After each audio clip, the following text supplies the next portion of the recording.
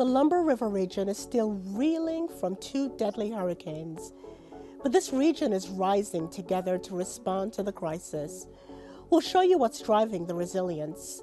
I'm Anita Brown-Graham. This is ncIMPACT. ncIMPACT is made possible by funding from Civic Federal Credit Union and is a public media North Carolina production in association with the University of North Carolina School of Government. 2 devastating storms hitting the area in fewer than 3 years left many residents homeless in the Lumber River region. The community has come together to rebuild and to give hope.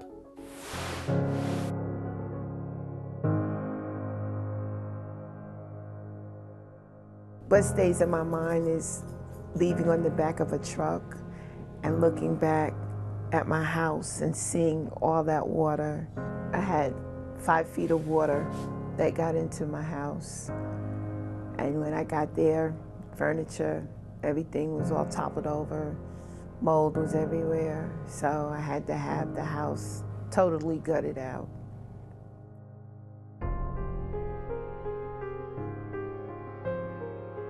I had a camera system around my house, so I was looking at the water as it was rising when I was in Charlotte. The floors had buckled, mold was growing everywhere, and I just fell to the floor and started crying because I said, here it is again, I gotta go through this again.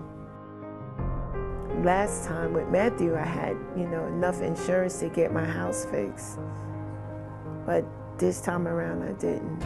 A couple of nights my daughter and I had to sleep in the car because I didn't have no money to stay anywhere. I got a phone call, and it's from Dennis, and he said, we want to meet you, come by so we can access your house. And he told me that they were going to help me as much as they possibly could. The North Carolina Baptist on missions, we come in after a severe storm, a tornado, a hurricane, flooding, whatever, and we get their homes where it's livable for them again as quickly as possible. Within a month or 2, we get them back in their homes where they can get off the streets, get out of the cars they're living in, get out of the motel rooms, and they have a place to come back. It took a lot of stress up off of me because now I know that my daughter and I can go back home.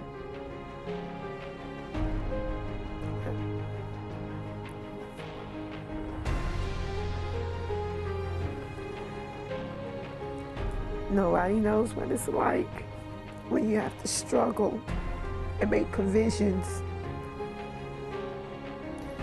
If I was by myself, it would be different, but I have a little one that I have to make sure that we're taken care of. And they have shown me nothing but love. When you think all hope is gone, there's a light at the end of the tunnel.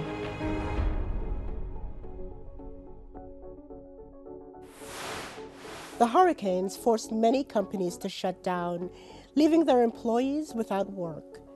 One local organization's program is supporting the unemployed and giving new life to the local economy. I was laid off due to a natural disaster, which was Matthew. And I worked at Alamac American Knits, which is the textile factory. And when it come through, it flooded it out, and it couldn't recover after that. It might have been July of 17 is when everybody got laid off. So it was sad. There was a lot of emotions going around when it was time to actually shut those doors. Not just with our hotels, our manufacturing plants, we also have our daycare centers. We have other areas, other businesses that have been affected and that are not able to start business back up because of the damage. So the economy, the housing market, everything has really been affected as a result of the disaster.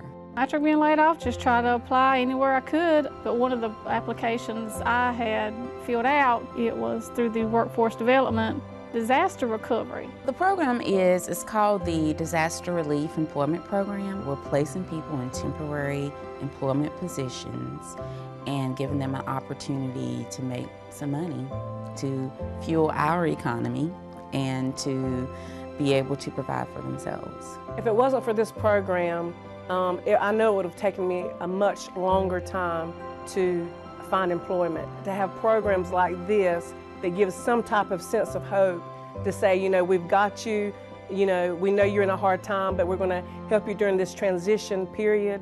I mean, it does bring a sense of community back together. I've never seen a community come together and support each other as much as we have. And I think that is the driving force of our resilience, is the people. We want our community to survive. We want it to thrive. We want it to try to be better than what it was before the disasters. It's just being about, you know, trying to help those who's been impacted, you know, because when I come here, I started doing the housing. I've seen a lot that, you know, people would help others and give to others when they're, you know, they're in need themselves, but they chose to, you know, go out and reach out and help other people and not worry about themselves. ncIMPACT is actively meeting people who work with others to make North Carolina a better state. Watch more ncIMPACT stories at unctv.org/ncIMPACT.